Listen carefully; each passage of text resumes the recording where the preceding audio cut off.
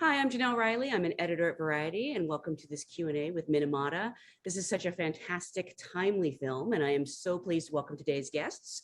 We have writer-director Andrew Levitas and producer and actor Johnny Depp. Thank you both so much for being here. Thank you. Whenever I have people as accomplished as the two of you, and that is not often, I actually like to go back to the beginning and ask, what was sort of your first job in the entertainment industry? You know, did you start off in a mailroom, or, you know, Andrew, you've had several careers. I'm curious, I think did you start as an actor? Well, only accidentally. I was I was painting. Yeah, exactly. That's why we get along. I was painting and sculpting and writing and making sort of experimental films since I was a really young kid. And I found my way accidentally on a movie set, which then turned into a random job on a television show. And those things just sort of continued. I learned in the early days where there's an opportunity to learn, don't say no. Wow. I think that probably really helps you with actors. That might be one of the reasons you're so good with actors. You've done it. I guess so. I think maybe just that I listen, and I've been really fortunate that I've worked with actors like Johnny and the rest of this cast in particular that maybe identify, and I don't want to give, I don't want to put identifiers on Johnny, but that identify as artists first and as creative people, and that could have been doing 50 different, disciplines or gone down different paths, but ultimately found that the best way of expression for them, or the path that jumped out at them, was acting. And I think those are the people that I connect with. I mean, on our cast and crew, half the cast and crew were painters. Everybody here was basically a painter. And so oftentimes, that's our language. And Johnny and I are often talking in terms of, literary references and art references and music references versus really film ones. So I think that's more of the connective piece. That's so cool. And Johnny, for you, what was your first job as an actor? First job was A Nightmare on Elm Street, the first Nightmare on Elm Street in, let's say, 84. That was Wes Craven, for some reason, cast me as one of the group in that film, and that was the first time I'd ever acted. That was the first time I'd ever been on a film set. Certainly, I'd only been on one film set prior. That was when I was a child, watching William Shatner make some movie in Florida. So that was, yeah.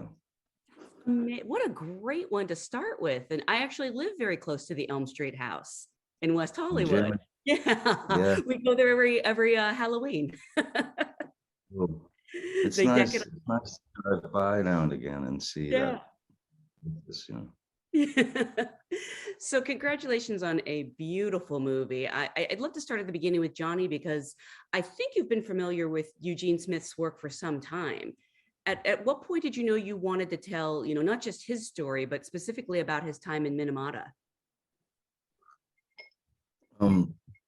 I had been somewhat fascinated by Eugene Smith for many years, and for the first thing that really, certainly his photographs were beyond intriguing, and then you read about his experiences in the Second World War and such. And it was a wonderful photographer who's since made her exit, Mary Ellen Mark, knew him, and I asked her about him. She said that he introduced himself as W. Eugene Smith, and she said, "What does the W stand for?" And he said, "Wonderful." And I thought that answer explained him in an instant, kind of, curmudgeonly, you know, definitely had his slings and arrows, the thing he had to drag things around, Eugene Smith. So he's a fascinating character. On top of that, then you learn about the horrors in Minamata and this crotchety old mean bastard going there to try and help these people and falling in love with these people and certainly his wife in the process. Fascinating and not I mean, this story should be known worldwide. These mistakes continue all over the planet, and they should be looked at. There should be someone looking into these things. So I feel so happy that we got to tell the story as the story needed to be told by the truth. I'm embarrassed to say that I did not know the story. I obviously knew the famous photograph of the bath, but Yes. assumed that everything had worked out, and that is not the case. And I feel really, really guilty. I didn't know better. Well, it's wild. It's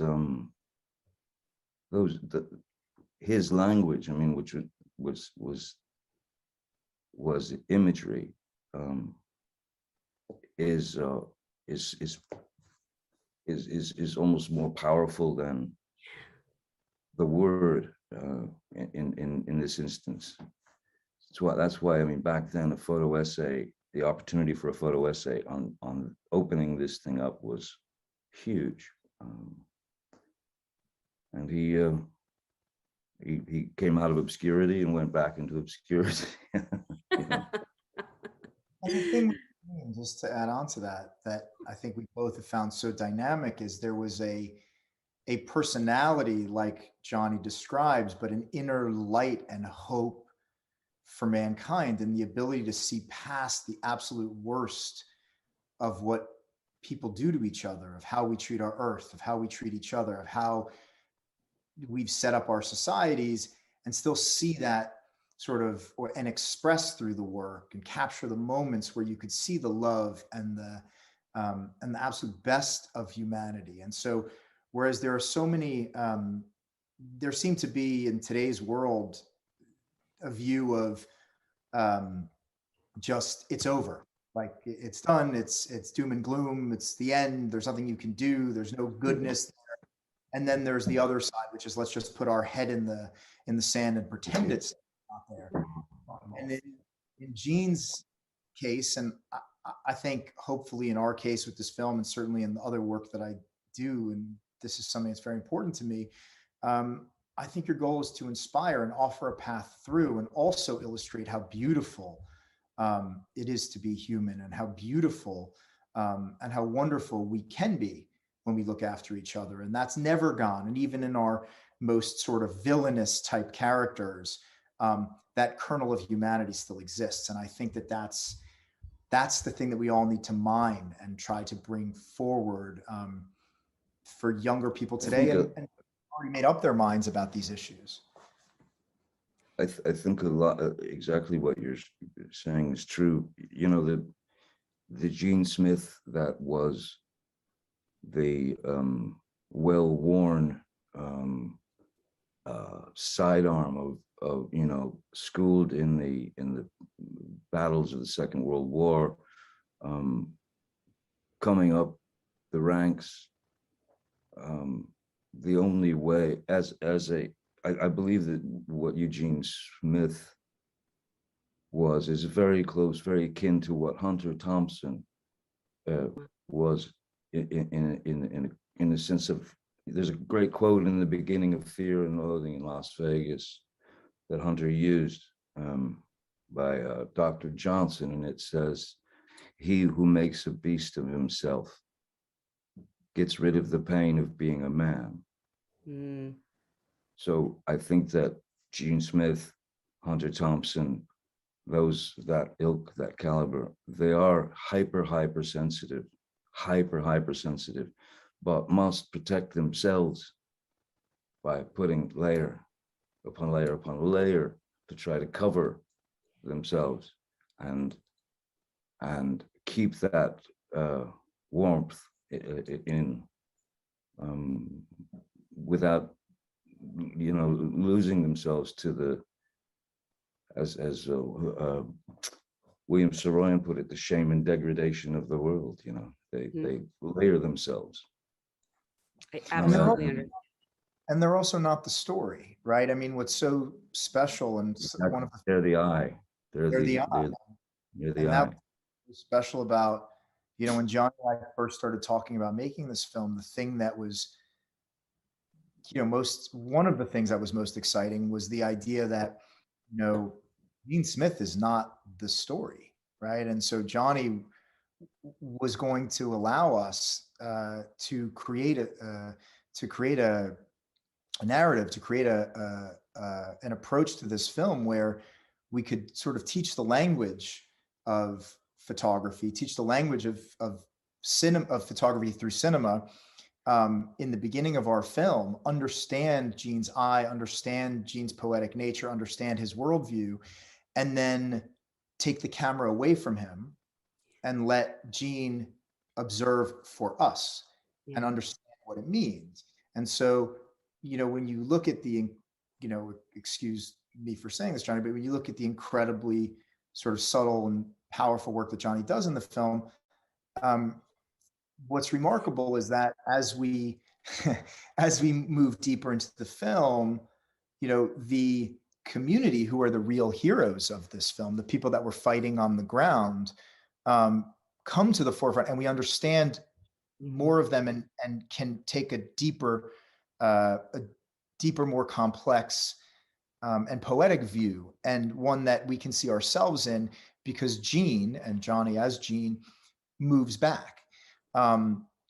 It's a really unusual, you know, type of approach, and one that was really exciting, and I think consistent with the work that Smith did. And obviously our hope, and, you know, to fill the shoes of someone as meaningful, who moved society and moved the world forward and touched so many lives through his work. You know, certainly we had millions of frames to do this with, and Gene had, you know, just a few. But to sort of capture the essence of that has been really, was really one of the goals, and I'm was quite glad that we were able to do it. It's such a beautiful performance. And Johnny, I'm not sure, maybe you don't like being complimented, because you kind of hid when Andrew complimented you. So if you want to go off screen for a minute, I'm just going to talk about how great you are. It's very kind. No, it's an incredibly moving performance. And you've obviously played real people before, but somebody like Gene Smith, he's so important, and his work is so important to so many people. Did you feel an extra responsibility taking on him and taking on this story? Absolutely, without question. It always, when you're portraying someone who either exists or existed, you owe, no matter who they are, you owe a debt to that person to play them responsibly, and represent them responsibly. You know, even you know, certainly, you know, I include James Bulger, you know, Whitey Bulger in that crowd, because one thing, you know, that people, Whitey Bulger or James Bulger he didn't wake up every morning and try and figure out just how evil he could be. It's not the case, you know. It's a you know, far more complicated human being. But yeah, no, you feel a huge responsibility to these people, because, like, people that I've played who are who did exist and are still alive, like Joe Pistone, Donnie Brasco, he was with me every day. So, I mean, yeah, I felt an enormous responsibility with him, but with Gene Smith, it went to great respect for him, but also to Eileen and what she'd carried on all these years. Um, it's astonishing, the strength of the woman. It's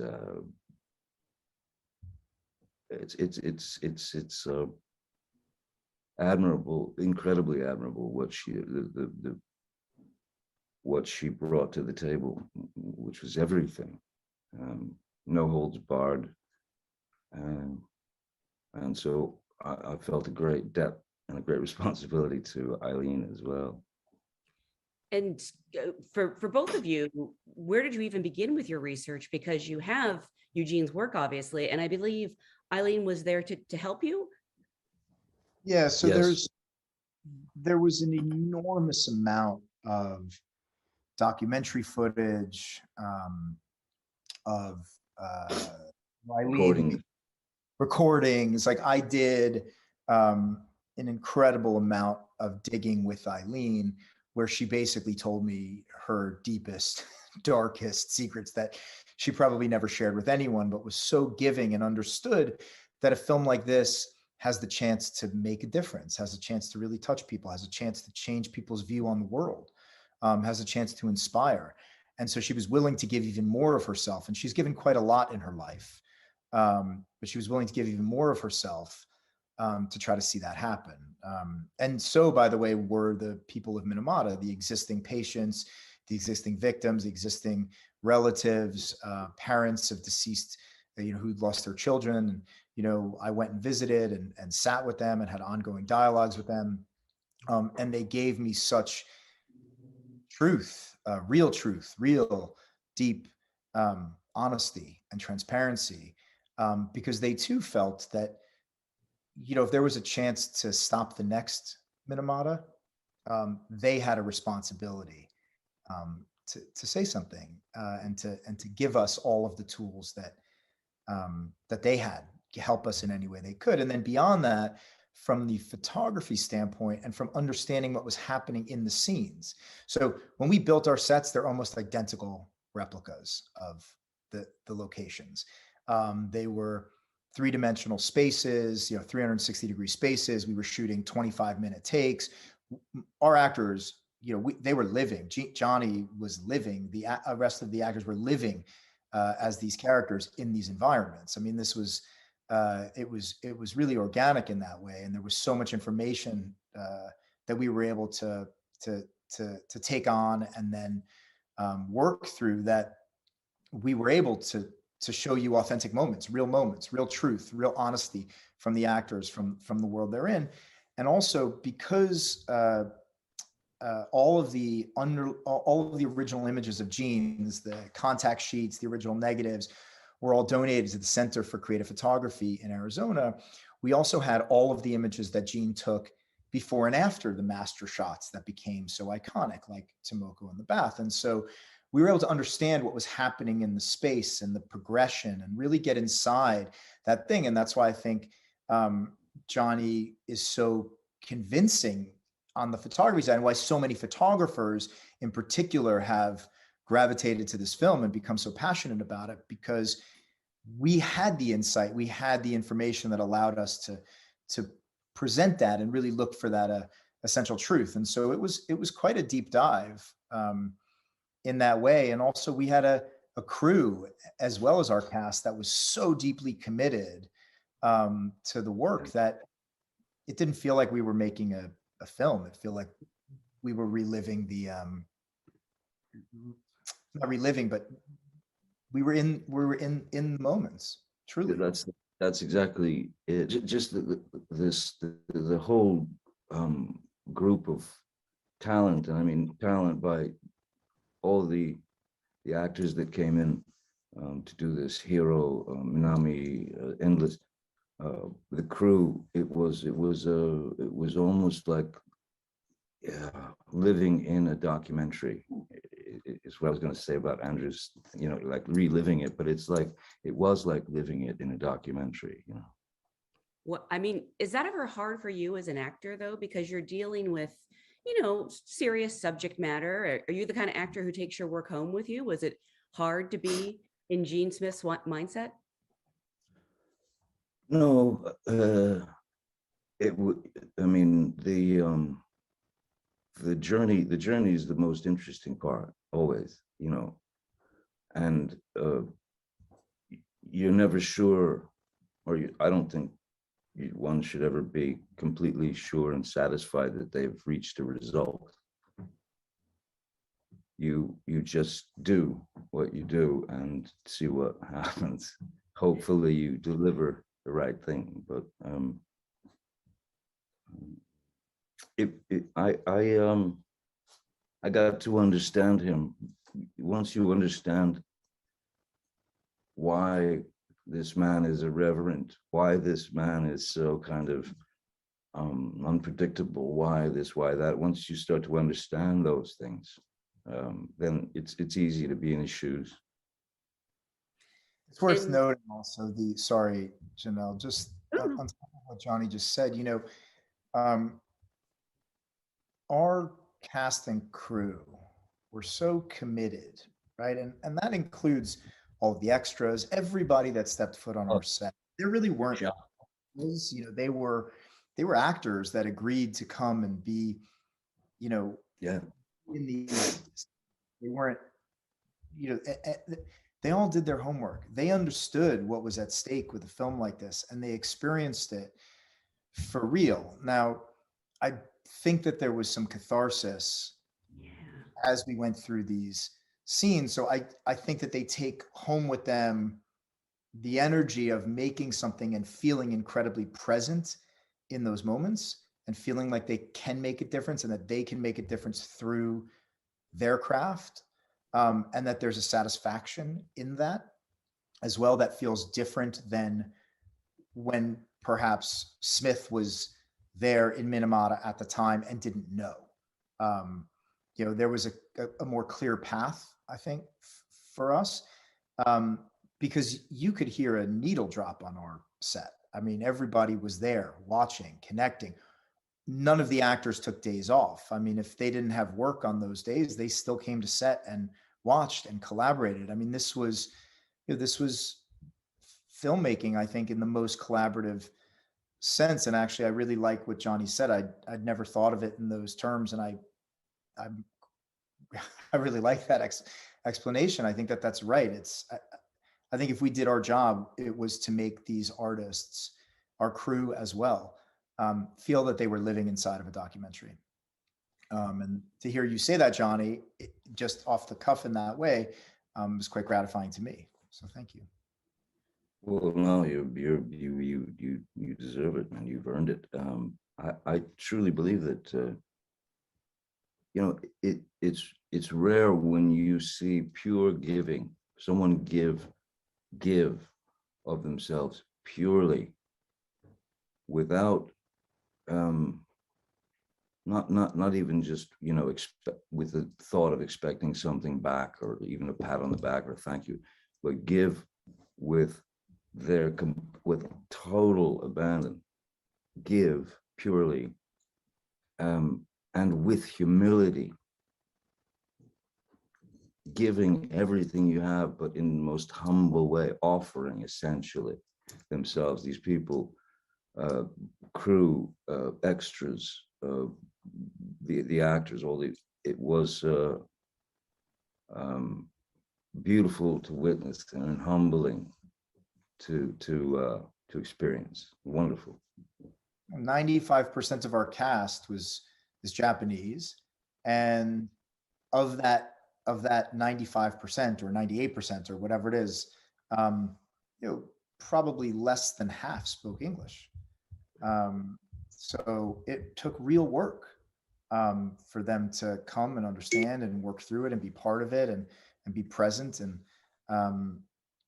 so other actors had to help, and help work through that. I mean, it was really quite remarkable. I mean, I look back and I look at the faces of some people who had, you know, on the page, quite small, you know, small roles, but they're incredibly impactful in the spirit of the film because it was real for them. You did such an amazing job of recreating Minamata in the 70s, because I know it looks very different now. And it's so strange that the events in the film take place in the 70s, and yet it feels timelier than ever. Were you aware of that while you were shooting it? Yeah, I think we were. I mean, yeah, we didn't make this film for any reason other than it seemed like there was a way to tell a unique opportunity to tell a story through a very unique and creative and poetic lens that doesn't often show up in moments that can be nutritious, that can actually be helpful. And the world has been going in the wrong direction for quite some time. And so we all came because there was a calling, there was a chance to do it, and a chance. I'm not a documentarian, you know, and Johnny's a real person, but he's also not a real person in 1970 in Minamata, Japan. He's not Eugene Smith, like, and but everybody seemed to recognize why you make this film and why you make this film in that moment. Now, we as a collective group understood how many people were struggling both in Minamata and around the world, and wrestling with many of these same issues, right? Industrial pollution, corporate malfeasance. These are all connected, right? Every one of these issues is one of the same larger issue, which is that the little guy is getting squeezed by the big guy, and in the pursuit of big money opportunities, and someone making a determination that the parts per million in terms of human life and human existence is actually a reasonable term to use, and so we all saw that, and I think we're uniquely in tuned to be telling that story.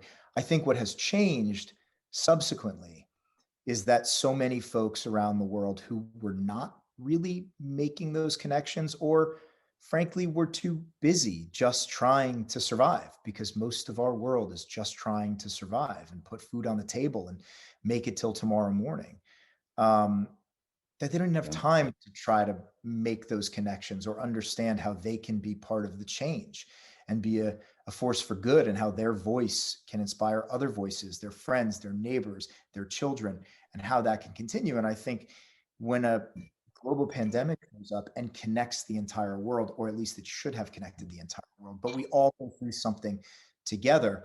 And it's also so clear how we are going through it differently. It's on display right now, you know, how different a global pandemic is for the have a lots and the have just some and the have nothings. And it's something that I think we understood as global citizens and artists. But I think now the film takes on a different, or there are elements of the film that maybe some other people will into and recognize their own lives in, where they may not have at the time that we were making it. And for each of you, you know, you're shooting a period piece. There's a language barrier. There's, you know, so I just can't believe films ever get made, to be honest, because so many things can go wrong. I'm curious, was there a scene or a moment that ended up being the biggest challenge for each of you? Either as an actor, producer, or, you know, something as a director? Well, I'm sorry. What was the question? I'm sorry. It went fuzzy on me. Oh, sorry. I'm fuzzy Your again, I think. Your most challenging scene as an actor? Was there a moment, or, you know, a day that, you know, I don't know if it sounds like you're still learning things as an actor even today. So what was sort of the Oh, I most think challenging? you always are. If you must, you have to. Most challenging.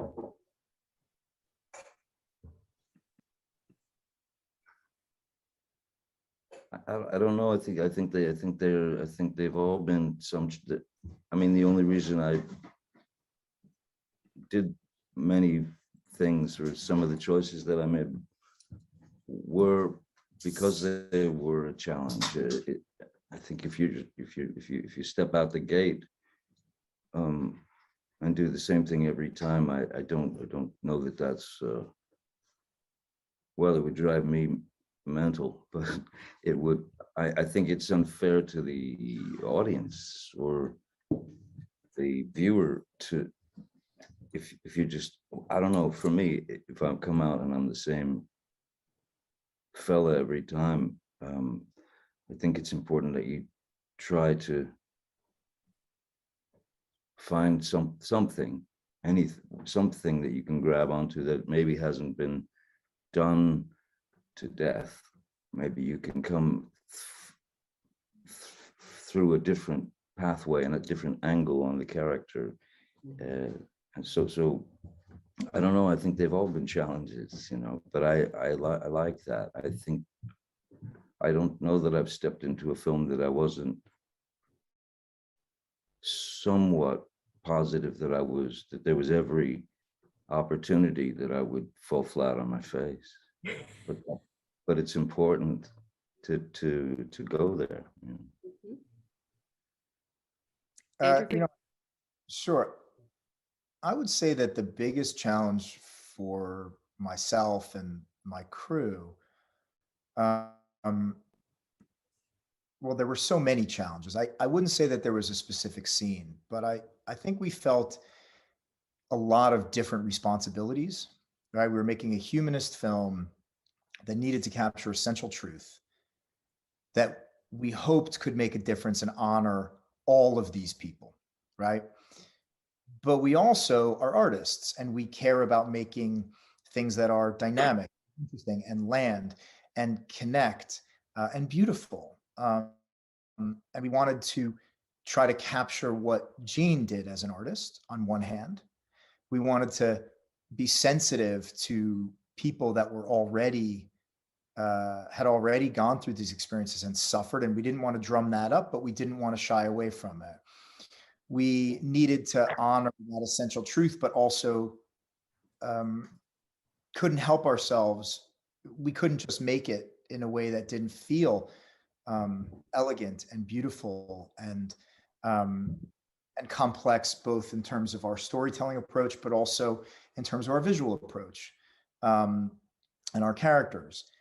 We also felt that it was very important that this be a film that Japanese audiences in particular, both in Japan and around the world, felt represented them, both in terms of cultural sensitivities or insensitivities that you often see with Western filmmakers making films about other parts of the world, but also that it was comfortable, as you hear a siren going through New York City, that it was, that sounds like New York to me. that it was not only comfortable, or that it was not only culturally sensitive, but that it was something that they also could understand what we were doing as filmmakers and be familiar, right? So that the ideas and the more nuanced elements to the film would land with them, both in terms of how the film stock we chose, how the film was graded, and how things worked just technically, right? Just where our camera was needed to feel like it was made by a Japanese filmmaker, but it also needed to land with an international audience. I say international, away from Japan, the rest of the world audience, including the US. And so that was really challenging for us, right? How do we circle that square? How do we bring these two pieces together and use all the tools in our toolbox to do that, both and how do we tie it together and make that work? And everything is incredibly thought out and specific in the film. Everything from the birds chirping that you hear. I had a sounds crew sitting in Minamata for weeks capturing bird sounds and water sounds and things like that. The dialect is a very specific Minamata dialect that, 10,000 people in the world use, but we needed it to be exactly right because we felt that we had a responsibility to get that right. And so it was all of that and taking that into our daily work and staying on top of that, but then also being open enough in our hearts to see magic happen on set because we'd created an environment for all of these wonderful actors to go live, and see that it could change and how would it shift, and recognize it and not be so overwhelmed by it. In particular, we're shooting a scene that Gene is taking the photograph, the sort of pietà of photography, right? Tomoko in the bath. And we're sat there, we're carrying all this responsibility, but also as artists, we're incredibly inspired to be here. We also feel the weight of what this photo represents, as well as I've met with those parents. I've seen the pain in their heart. I've seen what they've gone through. They've expressed it to me. And these are not people that just wear their emotion on their sleeves.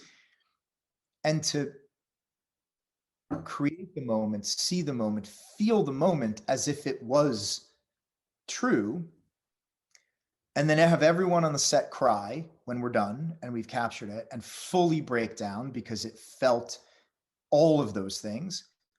But then 5 minutes later go, okay, now we've got to get on with our day because we're still an independent film. We're making them. We don't have time. We can't live in this. Okay, like let's jump to 6 days earlier, or a month earlier in a movie or whatever it is, and we have to get and be there. And that was the type of challenge that I think we carried. It wasn't a specific moment or a scene. It was the entire weight of it. And I feel like we carry that challenge today. I mean, when we see, the film has been so incredibly well received by Japanese audiences and writers, and critics, and historians in Japan, that has been the most satisfying for us to see it land in that way. I can't even imagine. I want to remind everyone watching that the film is available now in the Academy screening room. So hopefully you watched it before you watched this, but if not, go back and watch it or watch it again. Again, congratulations on a beautiful movie. Thank you both so much for being here today.